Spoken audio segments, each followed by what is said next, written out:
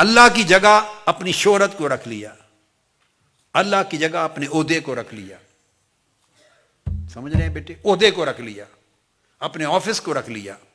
یہ جتنی چیزیں لاشعوری طور پہ بھی بندہ چاہتا ہے اور چاہت بنا کے دل میں رکھتا ہے، یہ ساری چیزیں روحانیت کے درجے میں شرک ہے، بت پرستی ہے.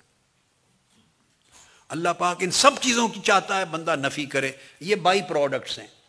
جو کام کرے گا اس کا نام ہو جائے گا، نام بھی ہوگا.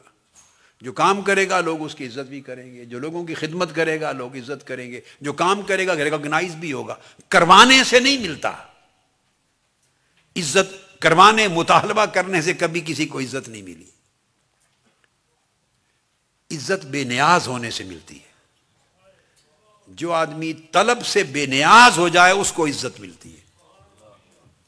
جو پیچھے پڑا رہے میری عزت نہیں کر رہے لوگ، مجھے مان نہیں رہے، میری عزت نہیں کر رہے، مجھے کرسی اچھی نہیں دے رہے، میرا نام نہیں لے رہے، جو ان چیزوں میں پڑا رہے وہ ساری زندگی کڑ کڑ کے میں ہی مر جاتا ہے. اس کی کوئی عزت نہیں کرتا. مجھ سے لوگ محبت نہیں کرتے تو اس سے کوئی محبت نہیں کرتا. جو ان تمام چیزوں کی طلب سے بے نیاز ہوتا ہے لوگ اسی سے محبت کرتے ہیں، اس کی عزت کرتے ہیں، اس کو مانتے ہیں. کیوں؟ وہ اللہ کرواتا ہے، کیونکہ وہ طلبگار ہے صرف اللہ کا. وہ طلبگار ہے صرف اللہ کا. حضرت ابو الدرداء رضی اللہ تعالیٰ عنہ نے کہا کہ اللہ کے ایسے بندے بھی ہیں، اللہ کے ایسے بندے ہیں جن کے دل اللہ کی طرف اڑتے ہیں. جیسے پرندے اڑتے ہیں نا، ہوائی جہاز اڑتے ہیں، پرندے اڑتے ہیں، تو ایسے بندے بھی ہیں جو اللہ کی طرف شوق کے پر لگا کر، شوق اور محبت کے پر لگا کر اڑتے ہیں، اور اتنا تیزی سے اڑتے ہیں کہ بجلی بھی ان کا مقابلہ نہیں کر سکتی. اگر بجلی بھی ان کے ساتھ چلنا چاہے نا، بجلی، روشنی کی رفتار کیا ہے پتہ ہے نا آپ کو؟ جی، تو روشنی بھی جو 1 سیکنڈ میں لاکھوں میل، 1,86,000 2 لاکھ کے قریب سفر کرنے والی روشنی، وہ بھی اس کے ساتھ چلنا چاہے تو نہیں چل سکتی. وہ شوق جو محبت ہے، اشتیاق اللہ، اللہ کی طرف اڑنا، اور صرف اسی کی طرف اڑنا، اسی کے لیے اڑنا. سیر اللہ، السیر باللہ، السیر مع اللہ، السیر فی اللہ. ہر چیز اللہ کے لیے کر کے چلنا، اور ساری دنیاوی اغراض، آبجیکٹو، مقاصد کو ایک طرف کر دینا.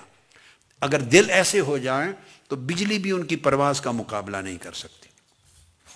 اور آقا علیہ السلام نے فرمایا صحابہ کرام سے، فرمایا ما سابقکم ابو بکر بکثرت صلاۃ ولا صیام ولکن بحق وقر فی قلبہ.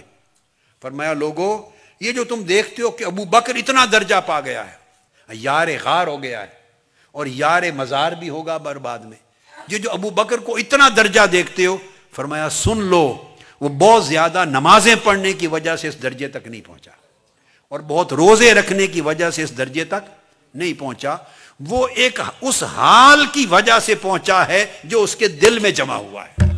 اور آپ اس حال، ایسے حال کا کبھی کبھی مظاہرہ ہوتا ہے. اس میں وہ ہے کہ جب غار سور میں گئے تو آقا علیہ السلام کو روک لیا تھا، آپ اندر نہ آئیں، یہ پرانی غار ہے، سانپ ہوں گے پہلے، تو میں سارے بند کر لوں.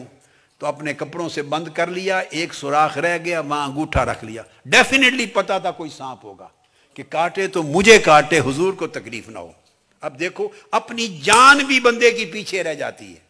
اور وہاں جس مقصود محبوب سے محبت کرتا ہے وہ جان سے بھی محبوب تر ہو جاتا ہے.